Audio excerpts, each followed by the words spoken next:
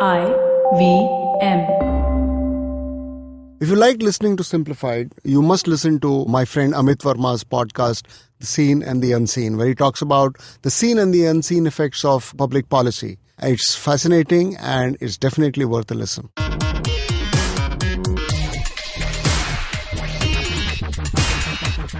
Hello everybody and welcome to yet another episode of Simplified. Unlike the last episode, we have Naren back on the show. Hi Naren. Hello. Yeah. Nice to be back and Happy New Year, Naren. yeah, Happy New Year to all of you. You've been through several of those. Many of those. Stop being a novelty for you now. But actually, it's been a terrific, a great New Year last, the week or so. Because temperatures in Bombay have been beautiful. I know, It's yeah. But Wake up in the I don't know. I morning. see a lot of people actually uncomfortable with this. I actually see people like, "No, this is not our natural habitat types." Yeah. I mean, the weather's better, The but other it's thing almost like is, they're pining is for that summer. reverse thing. No, you start getting paranoid because it's so lovely. It can only become worse. It's like a meteorological Stockholm syndrome. Yeah. but it's such a brief period. It's like, I remember. Brief period. it's almost Summer like. is the brief period. Yes, I mean it's almost like I think I was having a conversation with someone. It's like winter is what happens when you're between Goregaon and when you're traveling from Goregaon to Malad in the middle in the train, that you feel little cold for a while. That is winter. Okay, so what we are going to do on this episode, like we did last week, and that's right, not last fortnight, last week, is we are taking time off to have a look back at the phenomenon that was 2017, a much storied year, which will continue to be storied. Yeah, so because there's nothing else that's happening in the world right now. Yeah, so last week we covered Jan through April, which were the first, which were the months that got us rolling into this amazing and monolith that is 2017. And this week we'll cover a few more topics in the second part. Yeah, a very if you guys haven't heard the previous episode, do go back and listen to it. It's not mandatory, but it'll set the context to what we're doing over here, and it also sets the tone nicely for the rest of the year. All you need to know about the first episode is that there was a brief period of time when Barack Obama was president in 2017. Yeah. I mean, we do have that. We have those glory days covered to compensate for the lack of Naren in that one. So what we are going to do in this episode is basically chapter 2 of our look back at what was an immensely forgettable yet unforgettable year. And a lot of this is like stirring up cheap soup at a restaurant because you don't know what the hell is going to come out. The stuff inside settle down and you start stirring things up and then you don't know what that vegetable. But you're broke, so you have to wolf it down anyway. Yeah. So some of the stuff which comes out is going to be good. Some of it is going to be stinky. Yeah. Okay, but before we begin, we used to do this segment called One Random Thing About Us. So let's say one random thing that happened to each of us in 2017, now that Naren's back. Well, one random thing that did happen to me the other day was there was a gentleman who lives in our neighborhood whom I knew as Mr. Yaya Khan. Okay, so I never spoken to him, but that's what my kids call him. So, and he spoke to me. So he said something about the traffic, the parking thing in the lane and everyone parks so it's probably the first time we knew him by sight. And so I'm like, yes, no and all. And I refer to him as Yaya Khan a couple of times, Mr. Yaya. So he's looking at me very angrily. And I didn't know what was happening. And then when the conversation ended, he says, "Why are you calling me Yaya? My name is Hussein." So I said, "Cool." And I went back and so my younger son happened to be in for vacation. And he said they called him Yaya Khan because he keeps saying Yaya. This reminds me of Double Asshole from Silicon Valley. Yeah. So it was very, very embarrassing. So after that... For whom? For me. I keep seeing the guy, man. Okay, very good. So Srikeit. I'm really sorry, Mr. Hussein. It was our intention. Because he's a listener. Because he's a listener of Simplified. Yeah. Srikeit. Yeah, so the random thing that happened to me in a year where there were a lot of stories about privacy and there were a lot of hacking things that happened all over the world, I got hacked too in the weirdest way possible, where some Russian account took over my Amazon account and hacked it before there was Amazon Pay. So effectively it was useless, other than the fact that you can order stuff for yourself and writes kick-ass sort of whatever reviews or something. So some Russian account hacked my Amazon account and like took over it, and then afterwards I was just puzzled for a while, and I was like, well, should I just abandon it? And I was like, might as well try and get it back. So I called up Amazon, who set up one inquiry commission to figure out why Russians are hacking some fellow in Mallad's Amazon account. And finally they gave me back control of my account, and now the drawback is now my Amazon account has some hyper security features, which means that I cannot ever auto log into it. So it's more a pain in the ass, but I am clearly on some Russian watch list somewhere. So many 2017 keywords got checked off in your anecdote. So mine is an Uber-related story. So I was staying at Srikait's house one day, and when I was checking an Uber to go back home, so the guy was 5 minutes away. He was north of Mallad, and then he became in Mallad, and then he became south of Mallad, and then he just kept going south of Mallad. So the estimated time of arrival was 5 minutes, 2 minutes, 0 minutes, 1 minute, 2 minutes, 5 minutes, 10 minutes, 15 minutes, 9. He reached Bandra by the time. For those of you who are not familiar with topography of Mumbai, top and bottomography of Mumbai also. It basically, he covered a distance of he went 15 kilometers away from where we were, which and pretty much passed the population 5 times that of Iceland. And to show how jobless we were sitting and watching him the entire time. You're like, kahan jayega ye? Where will he end up? And we even had conspiracy theories as to why he's not like. Why he hasn't cancelled it himself, or then we figured out somebody's stolen his phone. That's the only explanation. Anyway, with that we shall jump into part 2 of our look back. And in the previous episode, Srikait took us through several bad bits, the evil, terrible, apocalyptic, cataclysmic, depressing, nonsensical things that happened in the West. I'm happy to say that this episode will be very different. Not necessarily because there's good news, but there are evil, terrible, apocalyptic, cataclysmic, depressing, nonsensical things, but more domestic in nature. So like if there are chest-beating, patriotic Indian types who are saying why you need to look westward for your bad news, don't worry, Make in India is coming with several pieces of bad news in India in 2017. See, I look at 2017 India like this. Palmistry can actually be a legit thing, I feel. Because in 2017, one will actually be able to say how smart or otherwise you are by looking at the various things in your palm. All right. Yeah. And that's simple because they'll be able to see how far your face has been embedded in your palm. Because if there was ever a year when sensible Indians collectively face palmed, it was 2017. The Congress hand, it turns out, was just one part of the mystery. When they said Congress ke haath, Aam Aadmi ke saath, they didn't realize that it would be an allegorical one in which India collectively hid their faces in. So forget the bullet train, Naren. The fastest way Indians travelled in 2017 was morally, all the way back to the 16th century.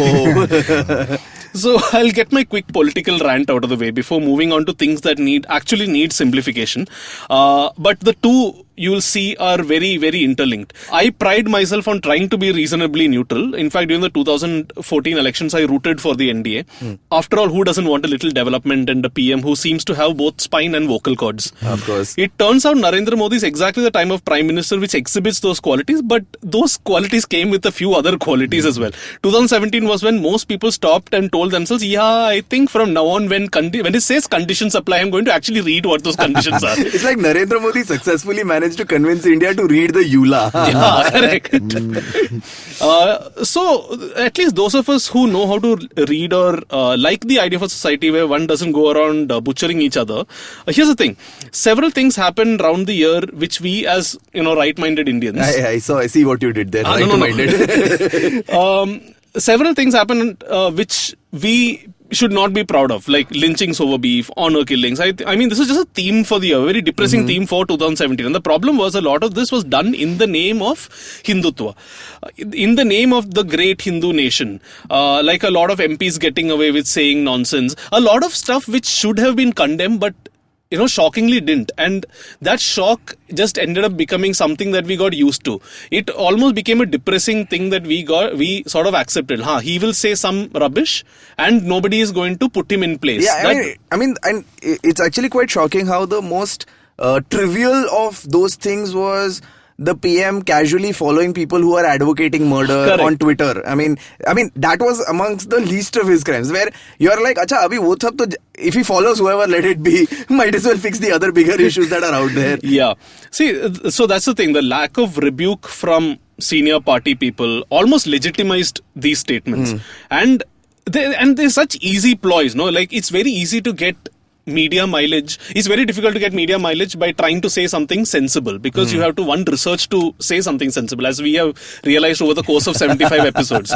But say something controversial and people just pick it up and suddenly you are like a little star within your party for whatever reason. It's also led to a lot of people outside who don't have power trying to take the law into their own hands. But vandalism has always been a problem in India. It's just that now, because of social media, a lot more people find out about the vandalism. But vandalism has a great and venerable tradition in this great country, where if you don't like something, you just go and beat up someone. Yeah. So but now this reminds me of a joke. So one mother comes. So in my generation, teacher used to beat kids. So this mother comes and tells teacher, please don't beat my son.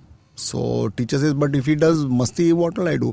No, beat the guy next to him, because he'll understand. This is basically the philosophy of, And one thing that I really hope, because I'm very sure that senior functionaries of BJP are also listening to our podcast, you really need to control this. The monopoly of violence has to be with the state.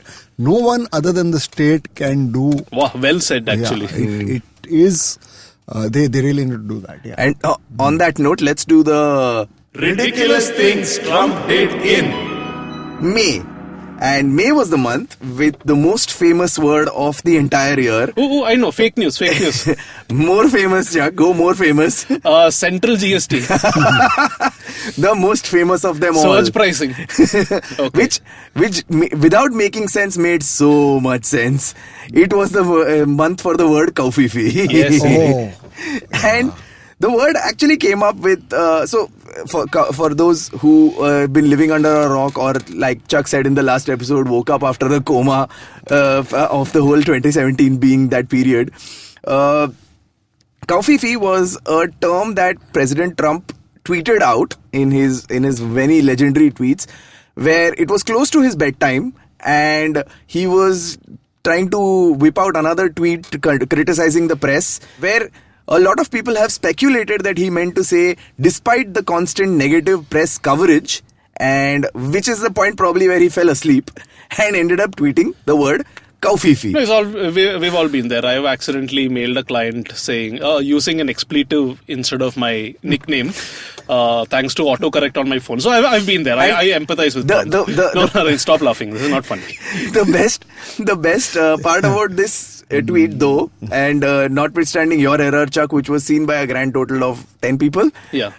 41 million followers. This was seen by 41 million followers and allowed to be online for over 6 hours. And people tried to he tried to justify it later as well. Yeah, and so imagine the internet picking up errors by celebrities. They tweet and immediately delete, like for example Raina and his nephew, those kind of controversies. This stayed on for 6 hours, and that was the most glorious 6 hours for the internet in 2017. Yeah. And what happened post that was that Covfefe became the signifier for all things random and inexplicable in 2017. So much so that memes, caps, t-shirts, everything started being made out of it. And some of the most ridiculous things got made. So one particularly musically gifted person, he called Peter Underhill, who was a composer, put his quill to manuscript and penned a Baroque fugue. Peter took the musical notes from the Trump's now famous word, Covfefe, using C-F-E-F-E. As a musical subject for a smart little contrapuntal figure, somewhat in the style of Bach. And what also, I mean, along with musical compositions, another thing that was developed because of that was the Covfefes red blend of wine that was developed Are you serious? by the New York-based City Winery. The wine, which will set vino lovers back by $37, pairs well with white bread and a ton of bologna. And Russian dressing, according to the creator, nice. in a very, very masterful troll. Very nice, very nice. And from Covfefe, we will move back to cows on the other side of this little break. Over 47% of online users in India have experienced harassment at some point. So if it's two of us inside this recording studio, chances are pretty high that one of us has faced abuse at some point. How do we tackle this? What do we need to do better? Come, let's learn together. Join me on Akanksha Against Harassment at IVM Podcasts every Thursday.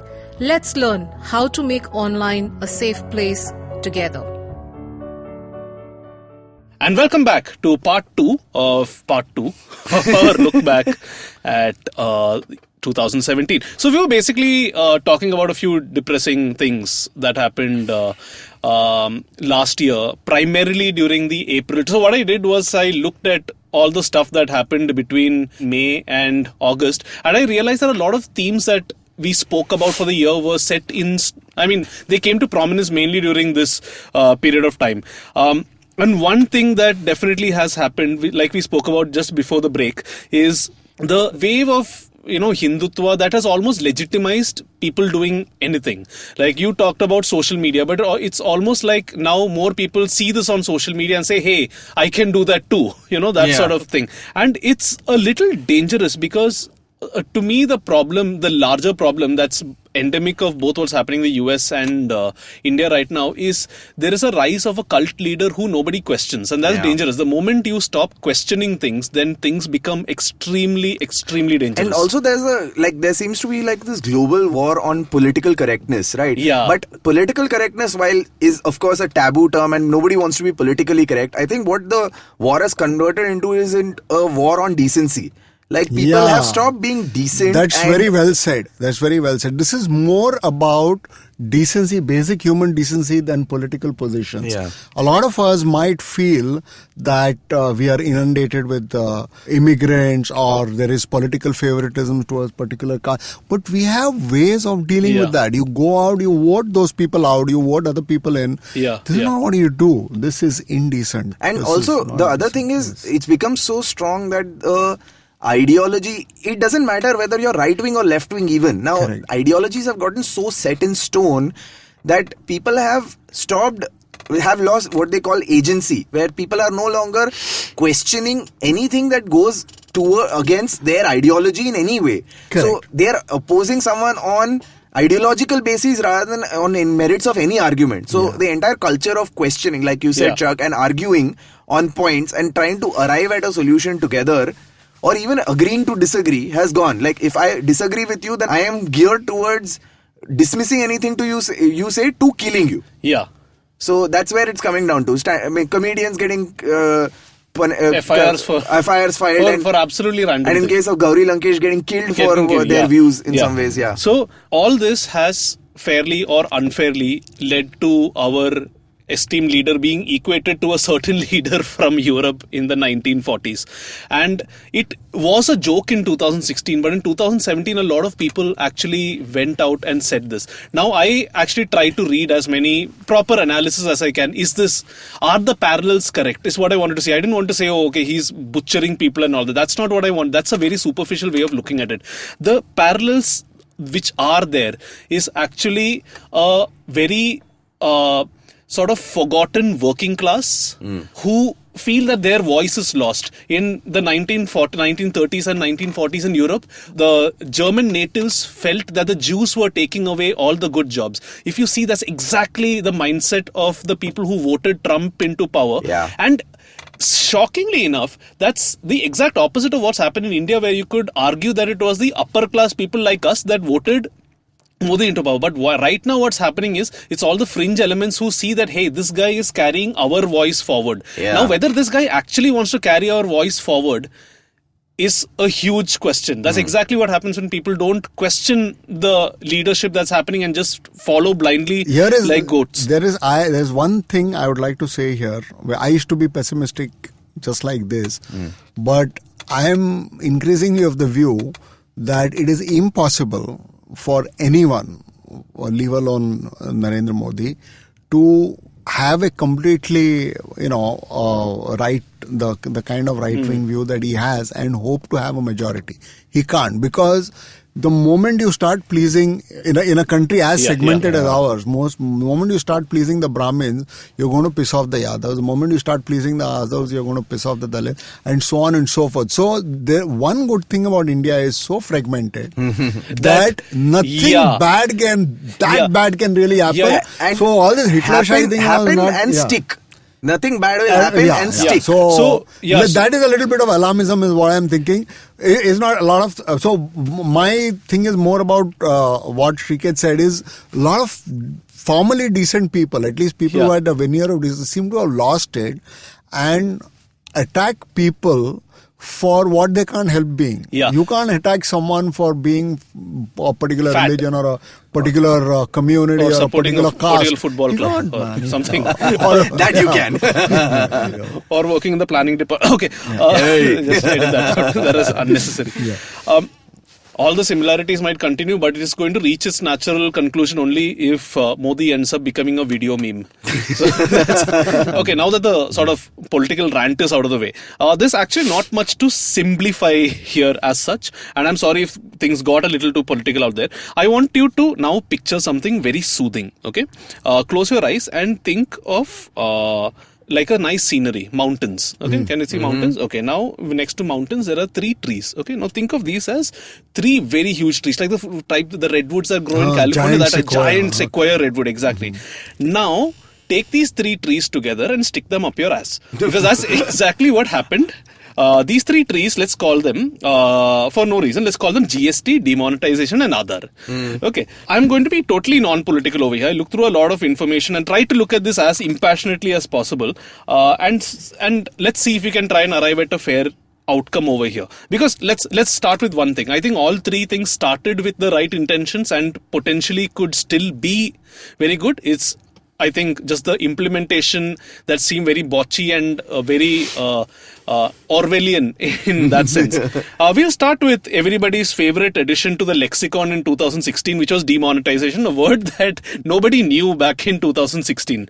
So I read all the experts who said it was a terrible idea, and my first reaction was, most radical ideas seem that way. Yeah. When your wife tells you, I want to paint the bedroom red, you say, no, that's actually a bad idea. But then 2 months down the line, you're like, oh yeah, that was a good idea. So I said, these so-called armchair experts will figure it. I mean, they'll come to terms eventually. Look at all the so-called terrible ideas that actually ended up being revolutionary. We will make a fully touchscreen mobile phone. Seems ridiculous at the time. Let's throw hundreds of people into the sky with a big metal tube with lots of combustible material. Seemed ridiculous at the time. Naren, will you start a podcast with me? See, all these things seem ridiculous at the time, but look where things have led to. So here are the facts, okay, demonetization. 99% of notes were returned. Boom. GDP at a 3-year low. And these are all facts, okay. There's no way to spin this around as much as we like. RBI spent 80 billion rupees to reprint notes. There's a lot of anecdotal evidence of business suffering, and we've all read enough of that. From big companies, small companies, everything. Industry bigwigs all seemed to show support, and that's very, very telling. Yeah. Okay. 99% of people above 18 have linked their Aadhaar to PAN. And hopefully benefits will come because only 2.89% of India filed their taxes in 2013. Of course. Income tax, the total number of people who paid income tax have increased by 25% and total amount actually increased by 42%. There was a lot of dumping of vegetables because farmers were unable to sell, people were unable to buy. So imagine how sad that is. Despite you wanting to buy a good, you are unable to do so. Correct. Money, so it led to a lot of perfectly good food actually being wasted. Digital payments, which are supposed to be the next best thing, they rose and then they declined. They plateaued and in fact have even declined. 33 people died as of the last report that I read as a result of various demonetization related things. Either they didn't didn't get to hospital on time, or they were standing in queue and died, etc., etc. And it was largely considered to be more of a political move because of the timing of elections, etc., etc. And actually, there's a beautiful article on demonetization which was written a couple of months ago by, I think, Prem Panikar, which was on where he gives a brilliant analogy for what demonetization did, where he calls Modi a street performer playing a game of cups, right? And he's like trying to say that, okay, what was the actual reason for demonetization, which started off with saying that we'll get black money, then went on to saying that, okay, we are going to digitize India, then went on to saying that, okay, we want our currency to get updated, and there is terrorism that is being stopped because of that. So basically what he said was that the ball just keeps shifting under different cups. Yeah. And everyone thought the ball is under some other cup, whereas there was no ball whatsoever. Yeah, so this is exactly. So shifting goalposts was the best non-footballing achievement that he was just carrying around the goalpost. I actually have a list of these. So November 8th, apparently corruption and black money was the big thing. November 8th was when he said it. And I forgot the article where I took these stats from. 18 times he mentioned both corruption and black money in his speech. November 27th, his next speech, suddenly the goalpost became cashless economy. This was a term that was not there in his original speech. But he added one new angle over here, corruption of privilege. These rich people, that's always been a theme of his. Rich people are privileged. We together will bring down the rich people. We'll cut them down to size, basically. Then on December 27th, one totally different angle. This is being done to stop the funding of Maoists and terrorists. Something that's never happened before. On January 11th, it suddenly became expanding the tax base. Similarly, at various points of time, he or various representatives have spoken about how this is to clean up real estate or a cleaner GDP or convert the informal economy into a formal economy. So goalposts have shifted here quite a bit. But I'll again here I'm going to add a slightly unpopular opinion among my friends is to the immense puzzlement of many. A lot of it does seem to have worked. It's caused a lot of pain. There's no mistake about it. And it might not have. But in a lot of small businesses like mine, everything has become check payment. Everything is bank. And forget checks. So nowadays about 75% of our payments are just NEFT transfers. They just... So you believe, so for those of you who, so there are many people who probably don't know what you do, Naren. So so I run a small factory and we buy stuff, sell stuff, and we may manufacture components and things like and that. I'll be honest, when I heard of demonetization and all that happening, I immediately thought of you, like the type of business that you're running. There's so much cash involved. There are dozens of people who would work only for cash. They all come down to and GST again. I used to. So we haven't come to the GST section yet, but GST was very, very odious when it came in. You had to report everything, and you had to, you had like a gazillion returns to file, and you didn't file anything, it'll be off to the jail with you, and so on and so forth. These are the things that we are talking about. And almost everybody seems to have fallen in line pretty effortlessly. It's not very effortlessly. They've had to sort of change the law, a lot of things. But GST has on the whole done okay. And in Bombay, there used to be one particularly odious tax called octroi, which was charged at the gate post. And so I had an octroi anecdote which... Please do. Yeah. So one of my friends, he used to do some small machining work for the BARC, and BARC octroi is not applicable. So if you're supplying, you get a document from the BARC saying that this material comes from BARC, and then when you supply it back to them, the octroi guys don't charge you. So this guy used to take that paper and use it for all kinds. So, he basically has a company letterhead. He's got this BRC ka chalan and dunya bhar ka maal hai. It's like he's gotten hold of the doctor's prescription list. Jo chahiye main nikalega aaj. So one day he's coming and he's got a dicky full of gear blanks for a non-BRC customer, and he's taking it to his factory inside Bombay from outside Bombay, where he's going to do some machining and then give it back to them. He should be actually paying octroi on that. He doesn't want to pay octroi. He's smuggling it. And his car is really laden and it's heavy and very obviously. So the octroi guy pulls him over. So this guy has this BRC ka paper. He gives him the BRC ka paper. He says something totally different, zirconium, zirconite or some high-funda metal. And there is no way even a BMC octroi guy is going to believe that those gear blanks or whatever, this zirconium thing. So this guy, very quick thinker, he gets out and he walks 15 paces away and he holds his hands over his crotch. And he gives the key to the officer and says, "Saab, aap khol lijiye. I am standing here." And his brother also was on the other side. He also quick thinking. He gets out on the other side and he goes 15 paces away and he stands with his hands on his crotch. And the octroi guy is like puzzled. He says, "What is the matter?" He said, "No problem. You open. Actually, kya hai ki ye BRC ka material hai, no, it is radioactive." So the guy, the turner in our factory who's been working on it, no, his thing has stopped working actually. So we are also worried. That's why we are standing like that. But aapko kuch nahi hoga sahab, aapko.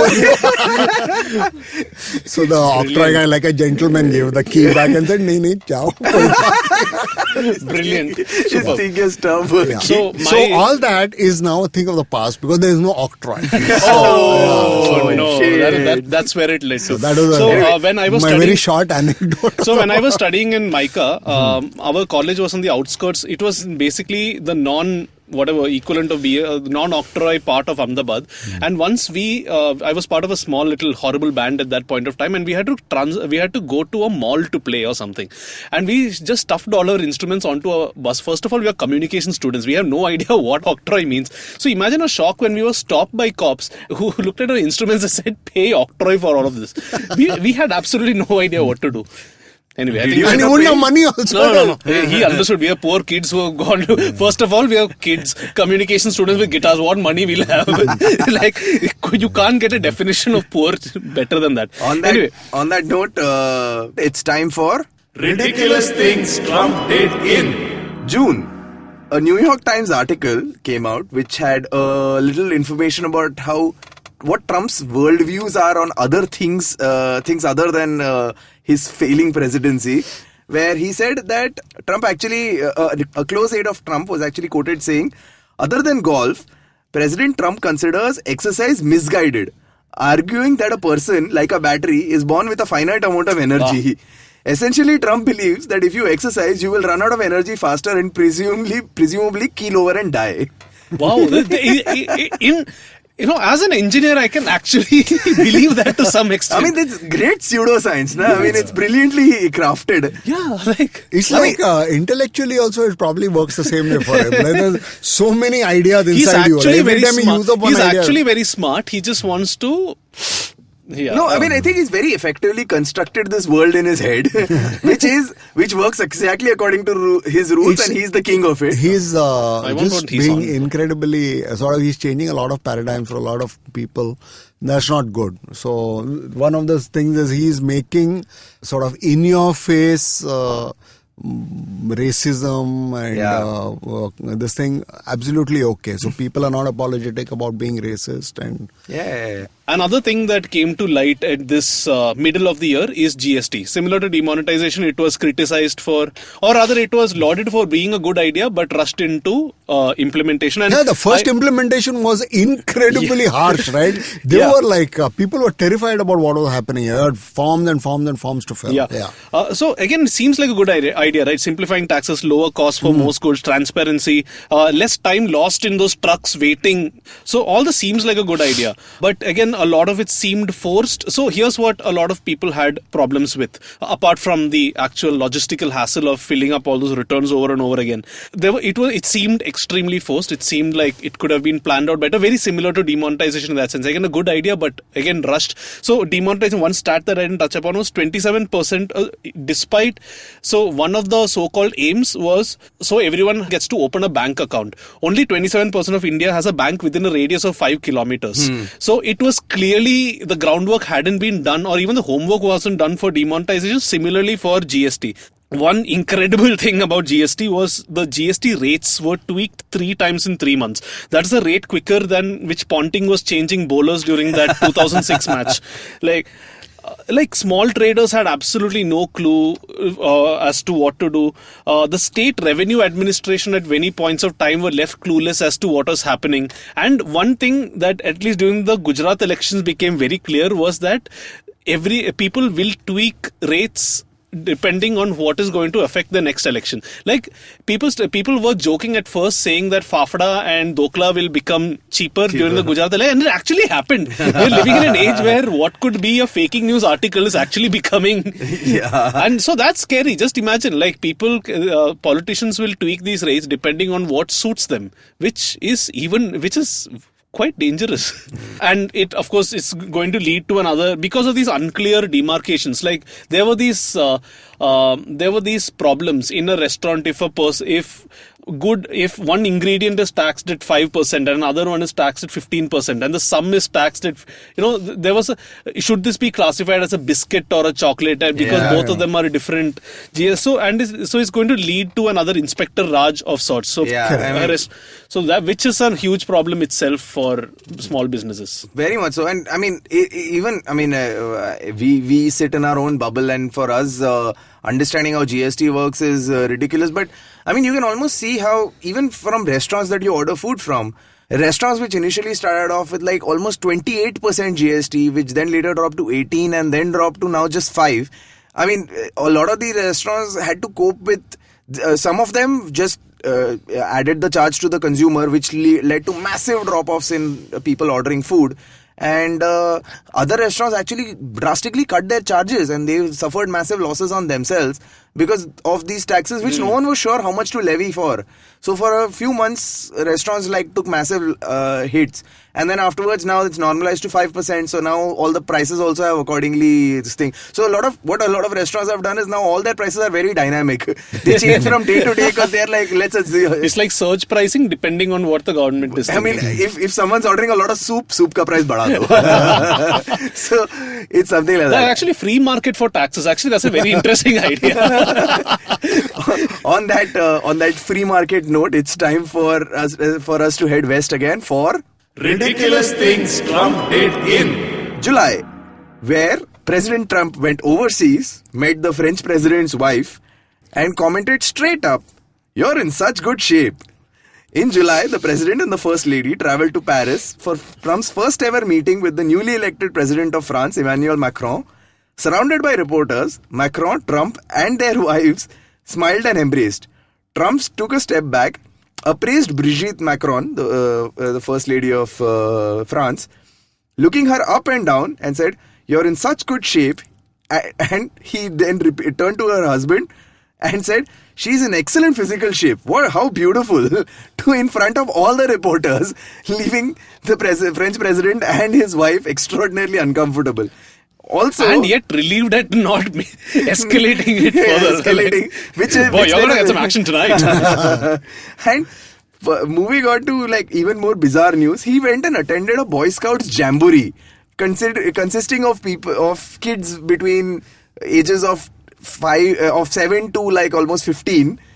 He bragged about his electoral college win to them, talked about partisanship with the Democrats, I'm sure which went off brilliantly with all these kids, and also randomly told a story of a rich man who lost all his money, but before which he slept with a lot of women on a yacht. And then afterwards he just tailed off that story and said, you should follow this man's story. He never gave up hope. Actually, it very much business as usual. I can see where he's a sort of a man-child. He's a bit of a boy himself, so that makes sense. And plus, when they told him you need to talk to them about college, he probably mistook that and said, "Chalo, electoral college." Yeah. Okay. The third tree that's up everyone's collective behinds right now is that glorious thing called Aadhaar. And the best irony of Aadhaar is it is now being forced upon us by a government that so vehemently opposed it just a few years ago. We all know what Aadhaar was supposed to do. It's supposed to give everybody unique identity. It's also supposed to help poor people in the sense that it's going to ease transfer of subsidies, etc., etc. I remember my very first memory of Aadhaar was, ek aur ID proof hai. That is what it was supposed to be. Yeah. So So then we can ask the question, why the opposition? I mean, principally it seems fine, and the government is like, okay, chalo, everyone needs to have it, so what's the problem? The problem is it's way too much information in the hands of a government that too many people don't trust. Exactly. Look at it this way. When you were growing up as a baby, if your mom had to oversell a dish to you, you knew that it was bad. It's sort of like that way. It's like when your boss calls you at 6 p.m. on a Friday and his opening line was, see, I know how passionate you are about database management, but... So it's not the most reassuring of lines. I remember myself, I was involved in a accident in 2011 and my then girlfriend, now wife, Divya was with me, and among the three of us who were affected in the accident, I was the only one who was reasonably conscious. So I was in charge of telling everybody's parents that everybody was fine. So I was also slightly dazed, so I didn't have my thoughts about me. So I called Divya's dad at that point of time, and I have to admit it's not the best of opening statements when he himself is worried about where his daughter is. The line in question was, "Uncle, no need to worry, your daughter's alive." So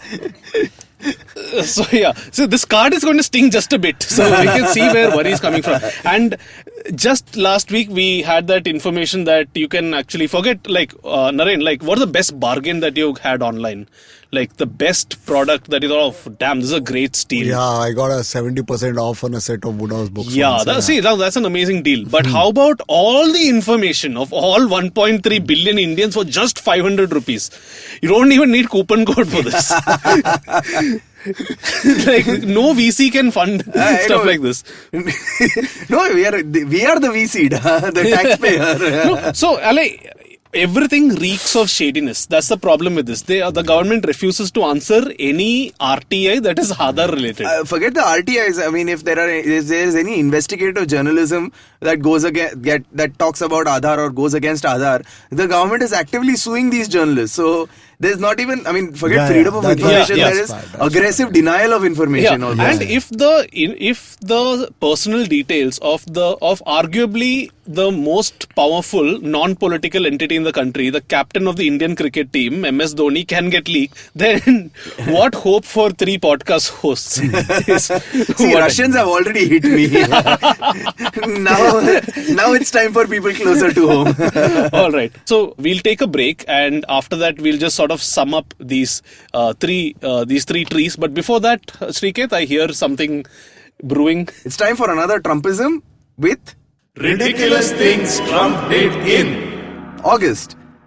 Despite Trump and the Republicans' extreme reluctance, they were compelled to renew sanctions on Russia for meddling with their elections and general being kind of the bad guy in the Bond movie. Putin, in retaliation, expelled 755 American diplomats from Russia. After 3 weeks of silence, Trump says, and here is the best justification for anyone for the misdeeds of one's boss trying to cover them up. Trump says, I want to thank him because we are trying to cut down on payroll.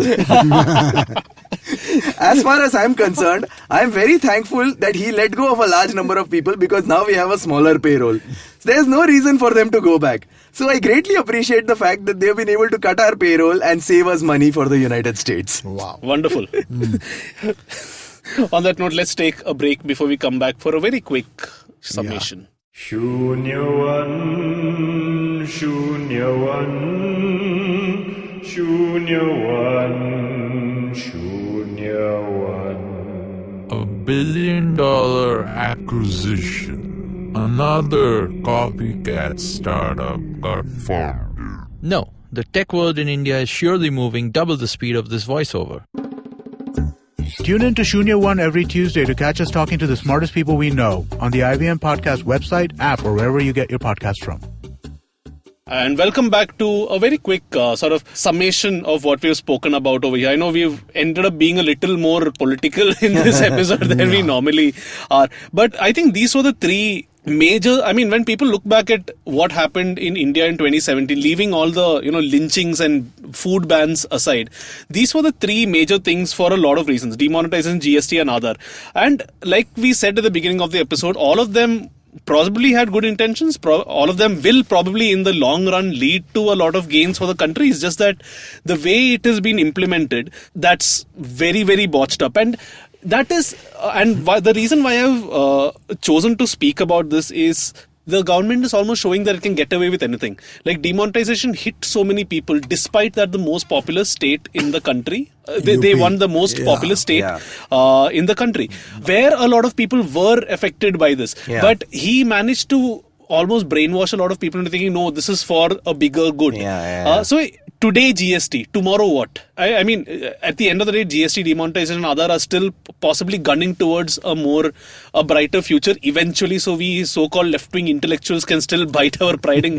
But what if tomorrow something else? Like, again, I hate to go back to the 1930s as a start of this analogy, but what started off as a worker just like, hey, it just took the American stock market crashing and the parliament burning for the rise to happen, as it were.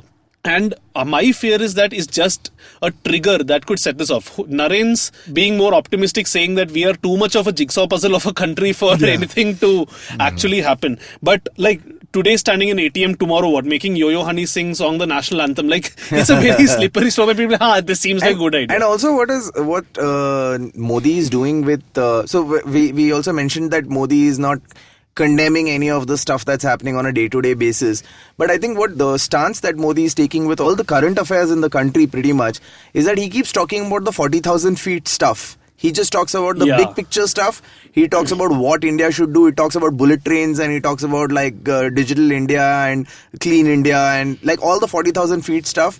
But he very consciously stays out of all the day-to-day grime so that he doesn't get any dirt on himself. So he is the great leader. Which is very sensible politically. Because if he makes any comment, a positive one or a negative one, he's in the thick of battle after that. There is no way he can talk about anything else. Imagine Piyush Pandey getting a call saying that this tweet was wrong. So exactly. So he's just saying that this is not that is politically understandable. You can't expect him to get down, roll up his sleeves and start wrestling individual and which is where in fact, as evidenced in the recent Gujarat elections, it's kind of paid off also, where Modi still seems to be the great leader who can't do no wrong. And who can still win on a development plank. On a development plank. That wins a slowing GDP. That being said, I mean, I'm optimistic for India in 2018. I think this year will set a lot of because we have a lot of important state elections coming up. So either we'll see how far the charade of development, the veneer can continue. We'll also see, hopefully, the positive side of a lot of these fiscal measures as they were. And the last couple of days, a few good things have come out as well. 2018, very short 2018 so far. It's Jan 10th as we're recording this, has already seen like hope that Section 377 will get scrapped and Air India actually any news is good news for Air India right now. National anthem not being mandatory before listening to Simplified. I mean, sorry. That's an interesting idea. Let's not go there now. Can we make listening to Simplified mandatory before watching a movie? Or compose a Simplified anthem. Which will be obviously an Irish drinking song. I'm optimistic. Gentlemen, your predictions for India in 2018. Any angle, anywhere? I think it will be a much better year than 2017 was. I think we are not going to see any nasty surprises on the policy front, which is a big beginning. I think because it will be the run-up to the next election, everybody in the government is going to be extremely nice to everyone else. So that's a good start. And overall, I'm just hoping that we don't get into any... One thing that I did wonder by, it's not strictly speaking, but Pakistan has been surprisingly mature about a lot of things. So hopefully things have changed there and maybe we'll see a better, a less belligerent neighbor and maybe things, I don't know. If you need a belligerent neighbor, you're looking in the wrong direction right now actually. I mean, more than for me, for 2018, it's more of a hope where you actually have a hope that people stop focusing more on the issues that don't matter and shift the focus to issues that do. Like Padmavati, the movie does not matter, but farmers committing suicide do. And so therefore, that is the hope for 2018. Like India as a whole stops looking at conceptual issues like nationalism and patriotism and so-called anti-nationalism, so to speak. Yeah. And starts focusing on the issues that are actually affecting and India a lot of right it now. is the media's responsibility, because Padmavati is an easy story. Yeah. It's a clickbait gatherer. I know, and whereas farmers committing suicide is not. It's a 3,000 word op-ed story which nobody is going to click on. Exactly. Fair enough, gentlemen. I hope that more prog metal bands will come down in 2018. It's a personal thing. 2017 was good purely on that front. Yes, that's about it. I know this is a slightly more different episode than what we would have looked at. Next week, we will be looking at a few other interesting topics, including a movement started by women around the world that was huge news. A little bit about the fun world of artificial intelligence and whether we are all going to be ruled by robots in the future, and touching upon the cheerful topic of climate change. In which case, all the problems that we talked about in the first 2 episodes won't matter, because we won't have a world in a few years anyway. So that's about it. See you guys on that very soon. hopeful note, see you next fortnight. And part 3 of this so-called look, the retrospect into 2017 will come out next Monday. So you don't need to wait a fortnight. You can tell us what we'd love to know what you guys think about the show. I am Chuck_Gopal on Twitter. I'm at Srikeit, Srikeit. And I'm Shana N. And the wonderful folk who produce our podcast are IVM Podcast. You can follow them everywhere. You can download their app as well, where you'll get Simplified along with a bunch of other awesome podcasts as well. Thank you very much. See you next week.